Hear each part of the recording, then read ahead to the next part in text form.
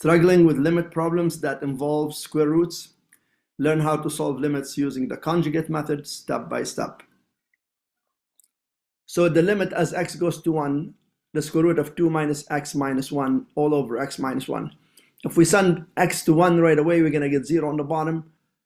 And that's not what we want. So now we need to multiply this by the conjugate.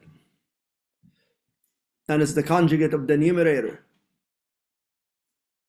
And the conjugate of the numerator is going to be multiply by square root of 2 minus x plus 1.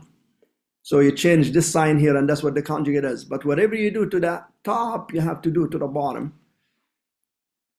And the reason is that you're basically multiplying by 1. And when you multiply anything by 1, it doesn't change it, but it changes the look of it.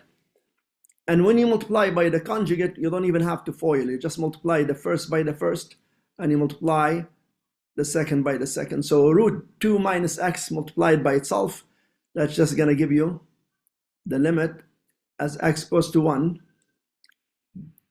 of 2 minus x, and negative 1 times positive 1, just minus 1.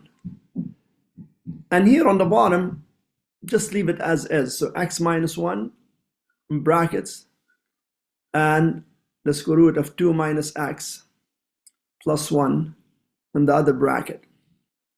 What we're going to get here, as we collect like terms, we're going to get limit as x goes to 1. The bottom, 2 minus 1 is 1, and that's going to give you 1 minus x.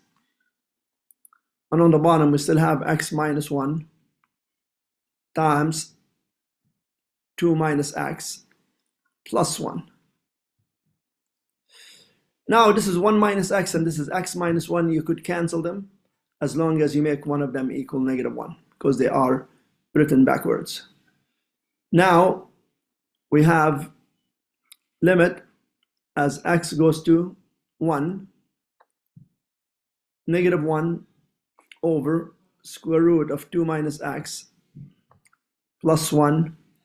And at this time, we could sub in 1 for the x. So we have negative 1 over square root of 2 minus 1 plus 1. And we know the square root of 2 minus 1, that's 2 minus 1 is 1. The square root of 1 is 1. Plus 1 on the bottom, that will give me 2. And we still have negative 1 on top. So the answer for this question is B. This technique is super useful for handling square roots in calculus problems. If you found this helpful, don't forget to like, subscribe, and hit the notification bell for more math tricks and tutorials. Drop a comment if you have any questions or want me to cover another topic. Thanks for watching, and keep practicing.